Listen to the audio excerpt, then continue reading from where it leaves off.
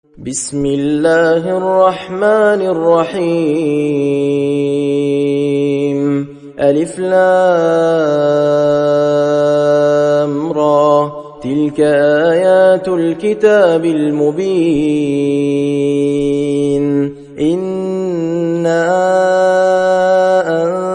أنزلناه قرآنا عربيا لعلكم تعقلون نحن نقص عليك أحسن القصص بما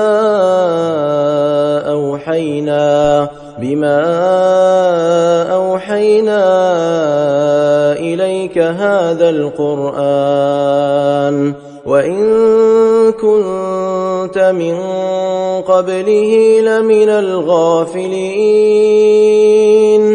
إذ قال يوسف لأبيه يا أبت إني رأيت 11 كوكبا والشمس والقمر رأيتهم لي ساجدين قال يا بني لا تقصص رؤياك على إخوتك فيكيدوا لك كيدا إن الشيطان للإنسان عدو مبين وكذلك يجتبيك ربك ويعلمك من تأويل الأحاديث ويتم نعمته عليك وعلى آل يعقوب كما أتمها على أبويك من قبل إبراهيم وإسحاق إن ربك عليم حكيم لقد كان في يوسف وإخوته آيات للسائلين إذ قالوا ليوسف وأخوه أحب إلى أبينا منا ونحن عصبة إن أبانا لفي ضلال مبين اقتلوا يوسف أو اطرحوه أرضا يخل لكم وجه أبيكم وتكونوا من بعده قوما صالحين قال قائل منهم لا تقتلوا يوسف وألقوه في غيابة الجب يلتقطه بعض السيارة إن كنتم فاعلين قالوا يا أبانا ما لك لا تأمنا على يوسف وإنا له لناصحون أرسله معنا غدا يرتع ويلعب وإنا له لحافظون قال إني ليحزنني أن تذهبوا به وأخاف أن يأكله الذئب وأنتم عنه غافلون قالوا لئن أكله الذئب ونحن عصبة إنا إذا لخاسرون فلما ذهبوا به وأجمعوا أن يجعلوه في غيابة الجب وأوحينا إليه لتنبئنهم بأمرهم هذا وهم لا يشعرون وجاءوا أباهم عشاء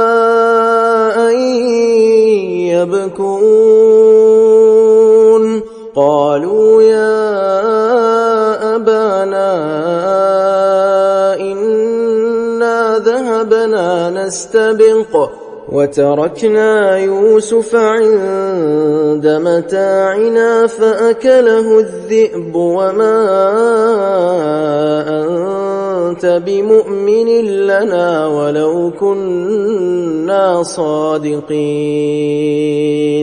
وجاءوا على قميصه بدم كذب قال بل سولت لكم أنفسكم أمرا فصبر جميل والله المستعان على ما تصفون. وجاءت سيارة فأرسلوا واردهم فأدلى دلوه قال يا بشرى هذا غلام وأسروه بضاعة والله عليم بما يعملون. وشروه بثمن بخس دراهم معدودة وكانوا فيه من الزاهدين. وقال الذي اشتراه من مصر لامرأته أكرمي مثواه عسى أن ينفعنا أو نتخذه ولدا وكذلك مكنا ليوسف في الأرض ولنعلمه من تأويل الأحاديث والله غالب على أمره ولكن أكثر الناس لا يعلمون. ولما بلغ أشده آتيناه حكما وعلما وكذلك نجزي المحسنين. وراودته التي هو في بيتها عن نفسه وغلقت الأبواب وقالت هيت لك قال معاذ الله إنه ربي أحسن مثواي إنه لا يفلح الظالمون. ولقد همت به وهم بها لولا أن رأى برهان ربه كذلك لنصرف عنه السوء والفحشاء إنه من عبادنا المخلصين. واستبق الباب وقدت قميصه من دبر وألف يا سيدها لدى الباب. قالت ما جزاء من أراد بأهلك سوءا إلا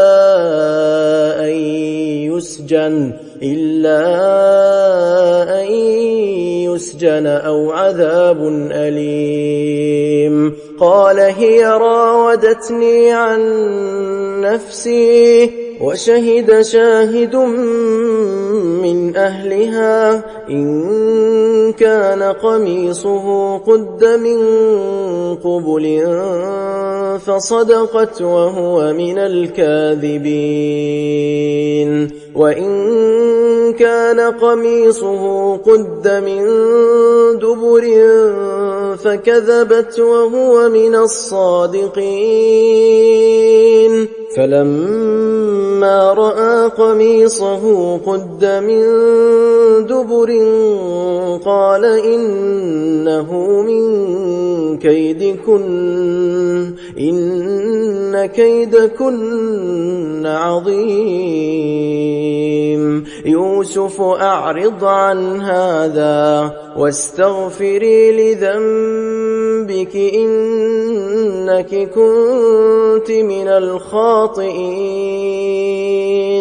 وقال نسوة في المدينة امرأة العزيز تراود فتاها عن نفسه قد شغفها حبا إنا لنراها في ضلال مبين فلما سمعت بمكرهن أرسلت إليهن وأعتدت لهن متكئا وآتت كل واحدة منهن سكينا وقالت اخرج عليهن فلما رأينه أكبرنه وقطعن أيديهن وقلن حاش لله ما هذا بشرا إن هذا إلا ملك كريم قالت فذلكن الذي لمتنني فيه ولقد راودته عن نفسه فاستعصم ولئن لم يفعل ما آمره ليسجنن وليكونن من الصاغرين قال رب السجن أحب إلي مما يدعونني إليه وإلا تصرف عني كيدهن أصب إليهن وأكن من الجاهلين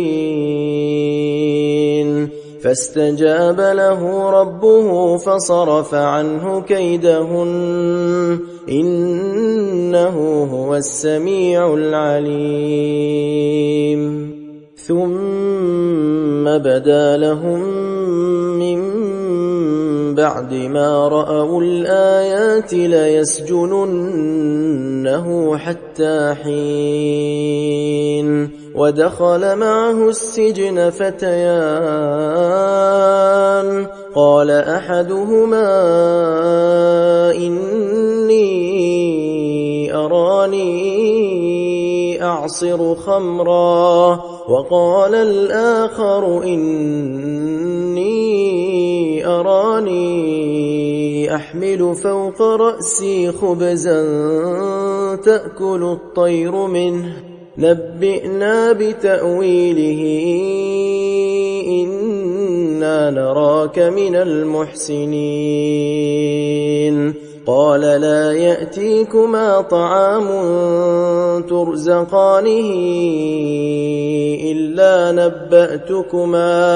إلا نبأتكما بتأويله قبل أن يأتيكما ذلكما مما علمني ربي إني تركت ملة قوم لا يؤمنون بالله وهم بالآخرة هم كافرون واتبعت ملة آبائي إبراهيم وإسحاق ويعقوب ما كان لنا أن نشرك بالله من شيء ذلك من فضل الله علينا وعلى الناس ولكن أكثر الناس لا يشكرون يا صاحبي السجن أأرباب متفرقون خير أم الله الواحد القهار ما تعبدون من دونه إلا أسماء سميتموها أنتم وآباؤكم ما أنزل الله بها من سلطان إن الحكم إلا لله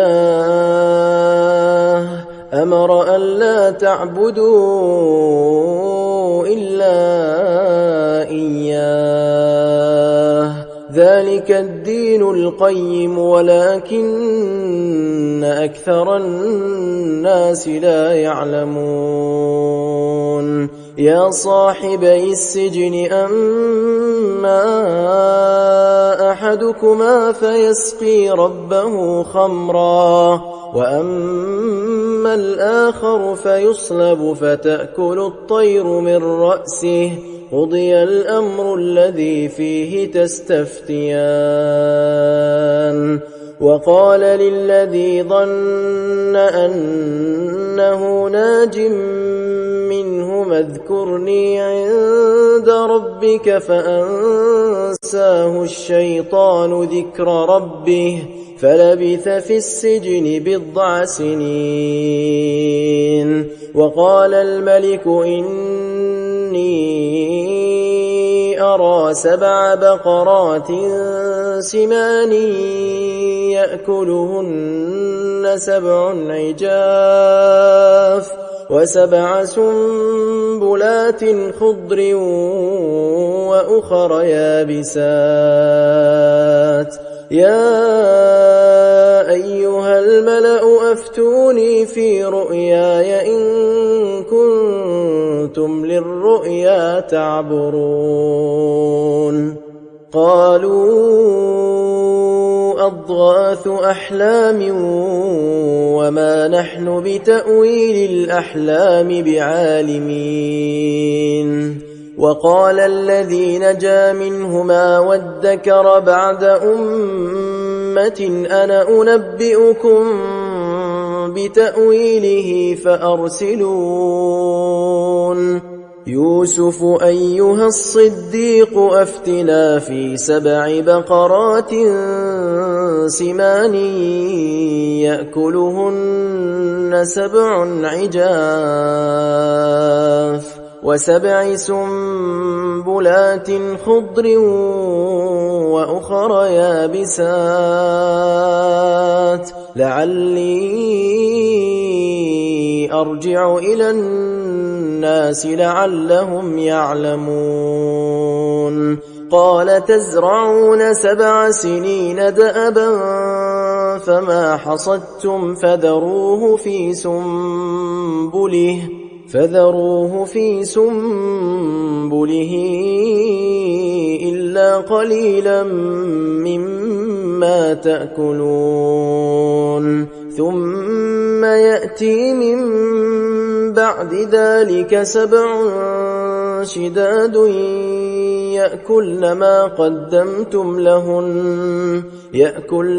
قدمتم لهن إلا قليلا مما تحصنون ثم يأتي من بعد ذلك عام فيه يغاث الناس وفيه يعصرون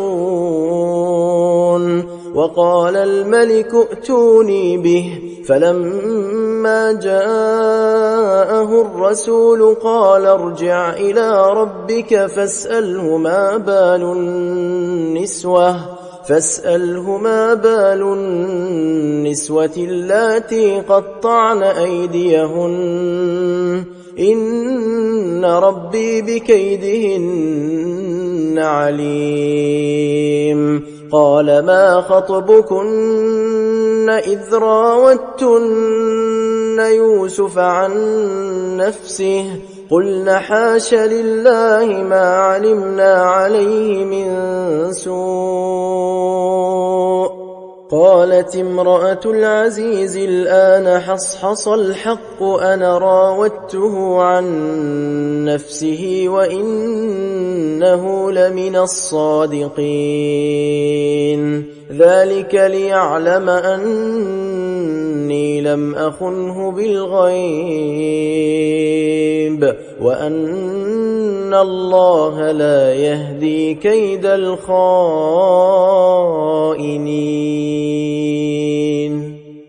وما أبرئ نفسي إن النفس لأمارة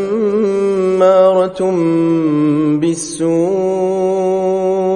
إلا ما رحم ربي إن ربي غفور رحيم. وقال الملك ائتوني به أستخلصه لنفسي فلما كلمه قال إنك اليوم لدينا مكين أمين. قال اجعلني على خزائن الأرض إني حفيظ عليم. وكذلك مكنا ليوسف في الأرض يتبوأ منها حيث يشاء نصيب برحمتنا من نشاء ولا نضيع أجر المحسنين. ولأجر الآخرة خير للذين آمنوا وكانوا يتقون. وجاء إخوة يوسف فدخلوا عليه فعرفهم وهم له منكرون. ولما جهزهم بجهازهم قال ائتوني بأخ لكم من أبيكم ألا ترون أني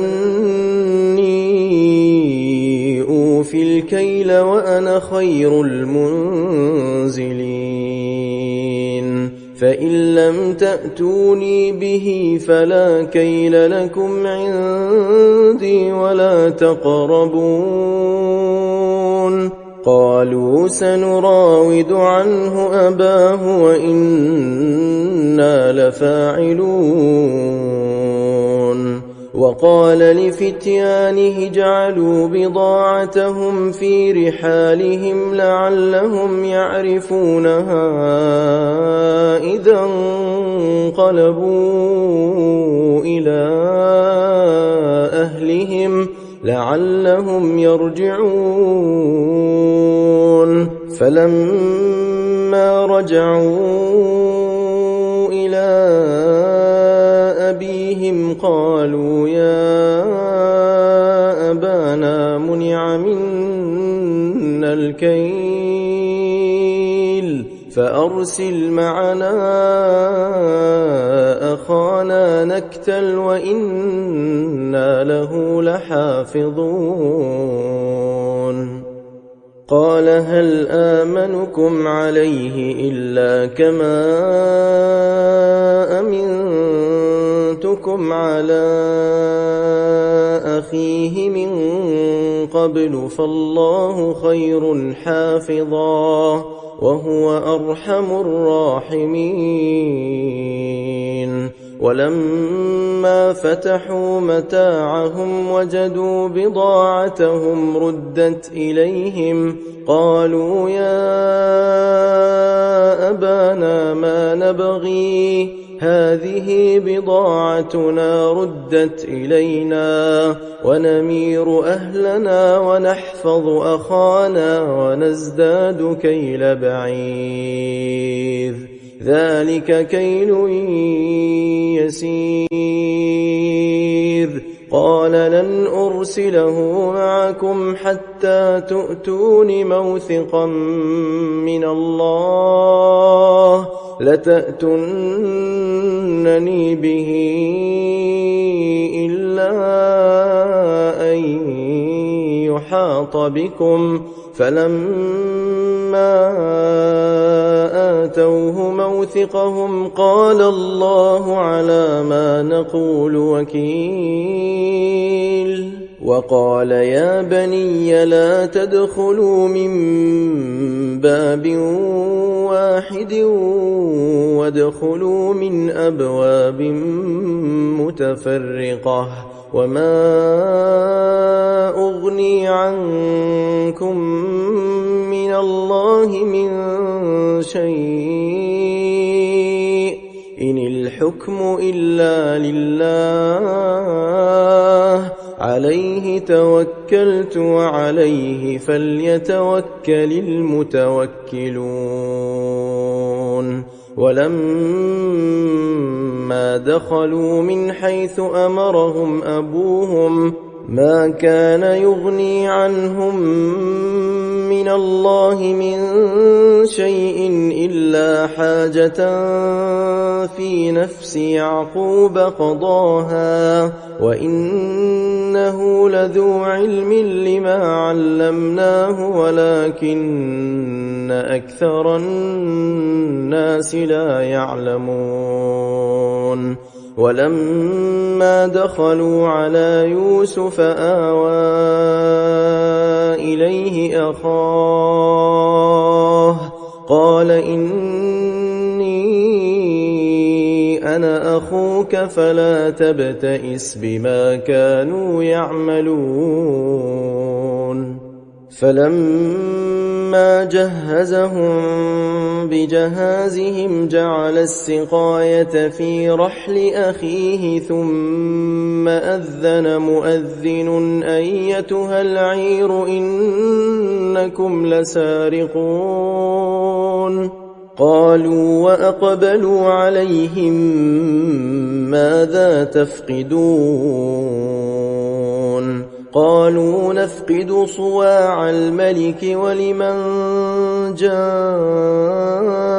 به حمل بعير وأنا به زعيم قالوا تالله لقد علمتم ما جئنا لنفسد في الأرض وما كنا سارقين قالوا فما جزاؤه إن كنتم كاذبين قالوا جزاؤه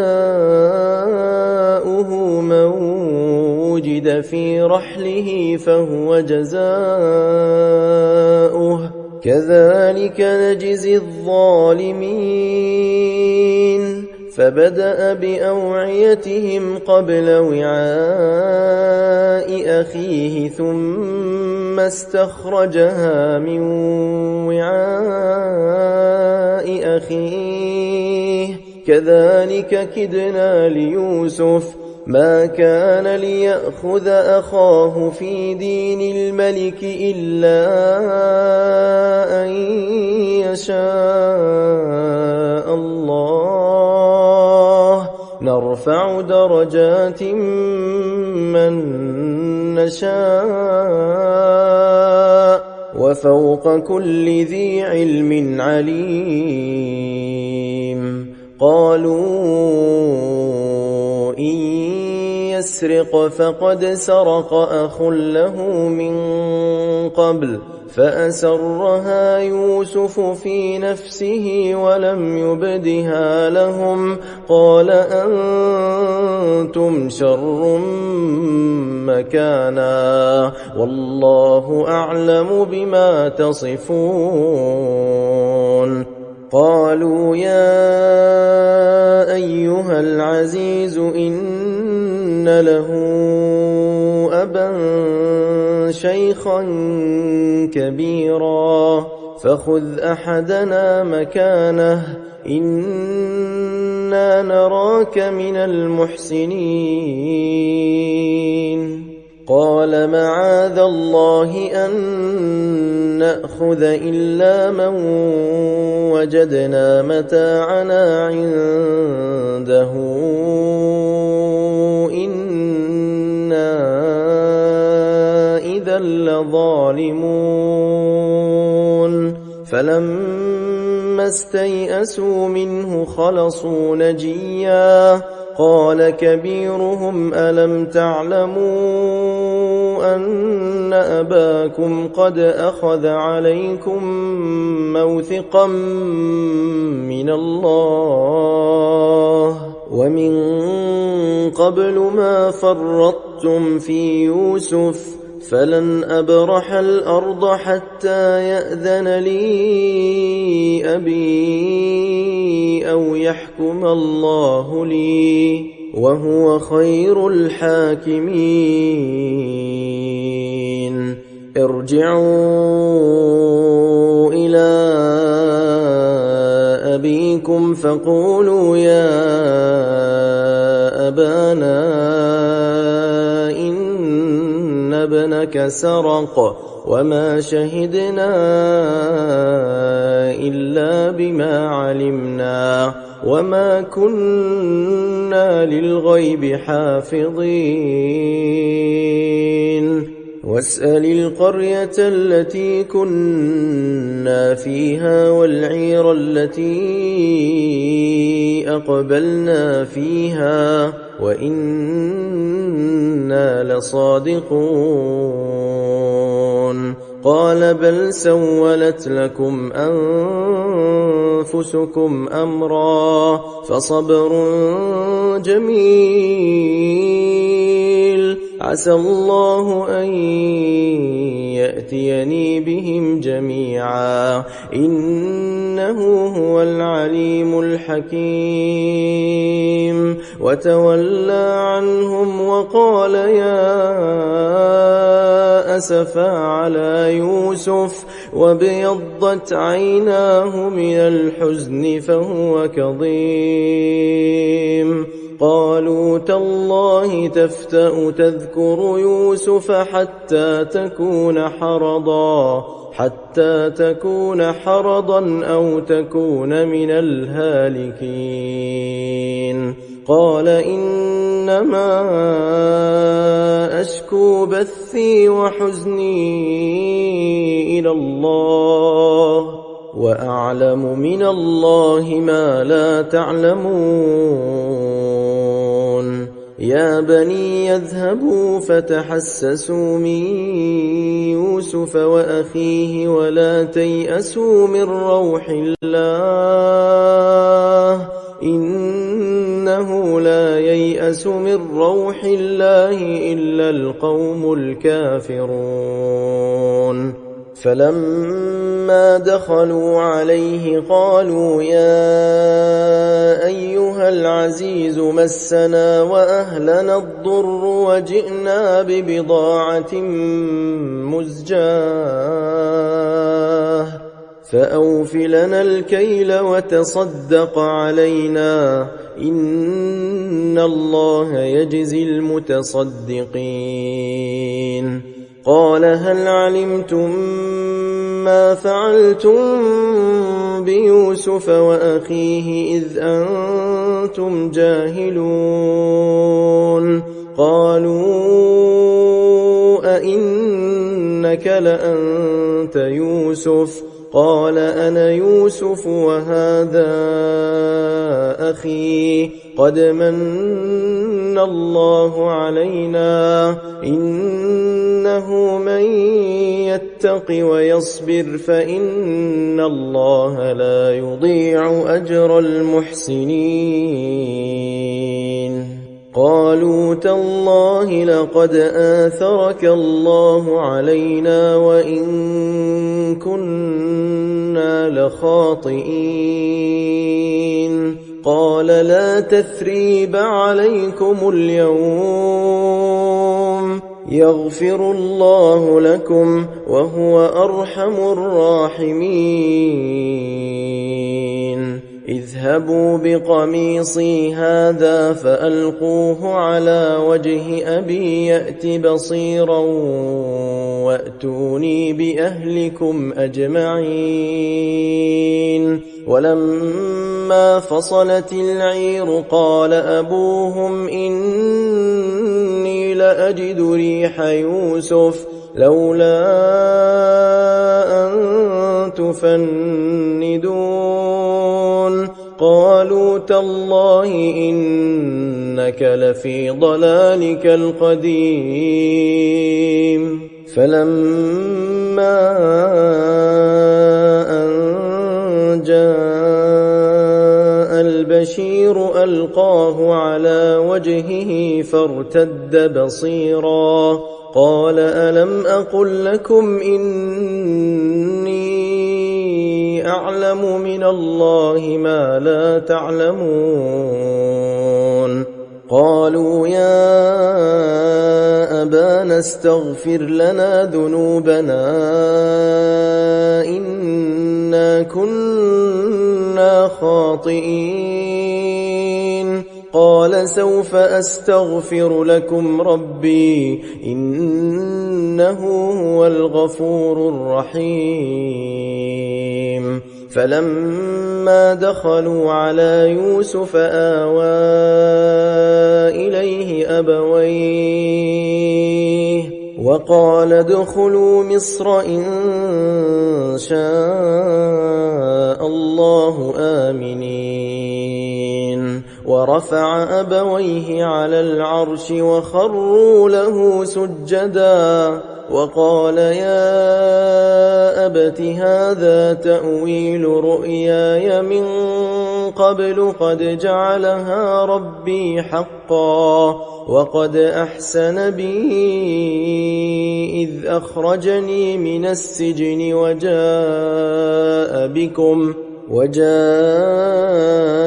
بكم من البدو من بعد أن نزغ الشيطان بيني وبين إخوتي إن ربي لطيف لما يشاء إنه هو العليم الحكيم. رب قد آتيتني من الملك وعلمتني من تأويل الأحاديث فاطر السماوات والأرض أنت وليي في الدنيا والآخرة توفني مسلما وألحقني بالصالحين. ذلك من أنباء الغيب نوحيه إليك وما كنت لديهم إذ أجمعوا أمرهم وهم يمكرون. وما أكثر الناس ولو حرصت بمؤمنين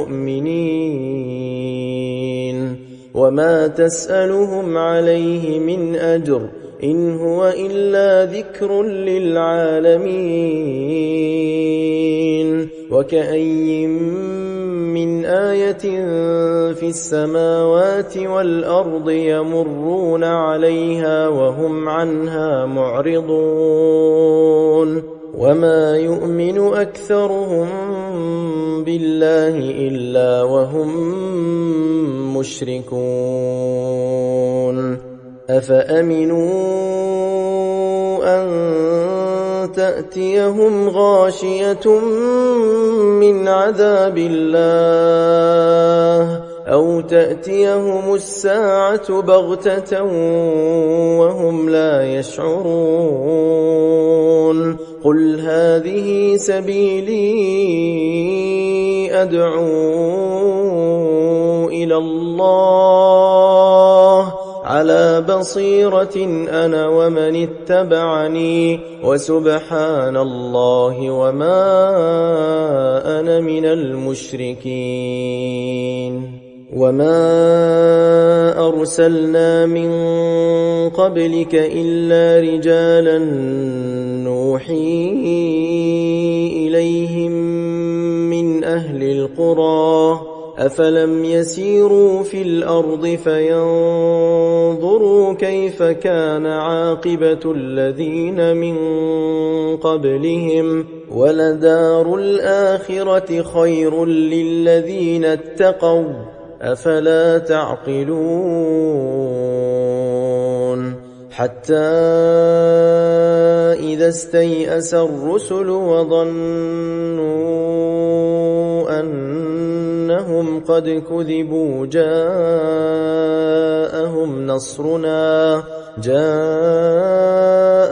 نصرنا فنجي من نشاء